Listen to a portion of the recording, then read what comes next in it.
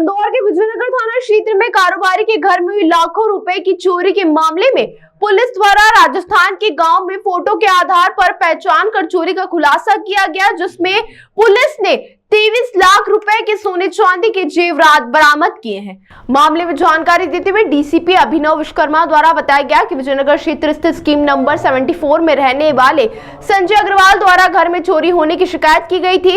इसमें बताया जा रहा है कि दीपावली पर साफ सफाई के लिए उन्होंने 2 महिलाओं को बुलाया था और उसके बाद दोनों महिलाएं मकान के दूसरे फ्लोर पर सफाई कर रही थी। तभी दोनों महिलाओं ने कहा कि हम खिचड़ी खाकर आते हैं, हमारा उपवास है। महिलाएं चली गई लेकिन खिचड़ी खाकर दोबारा से नहीं लौटी तो उन्हें शक हुआ।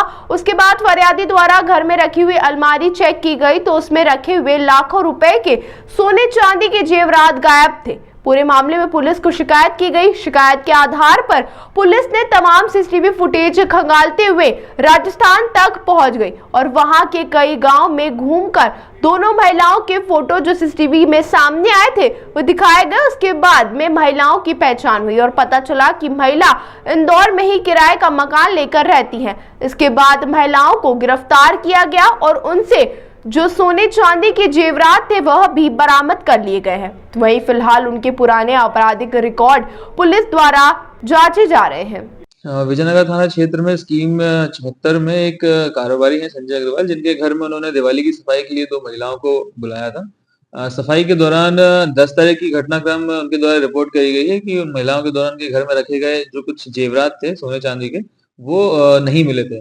इसकी रिपोर्ट उन्होंने थाना विजयनगर में करी थी। इसके पश्चात में उनके घर के आसपास के फुटेजेस देखे गए और टेक्निकल सर्विलांस के माध्यम से 2 महिलाओं को चिन्हित किया गया, जिसके बाद उनकी जानकारी लगी कि वो दोनों महिलाओं बांसवाड़ा राजस्थान और डुगरूपुर राजस्थान की रहने वाली हैं। जिसके पश्चात थाना विजयनगर की टीम लगभग 3 से 4 दिन तक राजस्थान में स्टेशन होकर के उनको मॉनिटरिंग किया।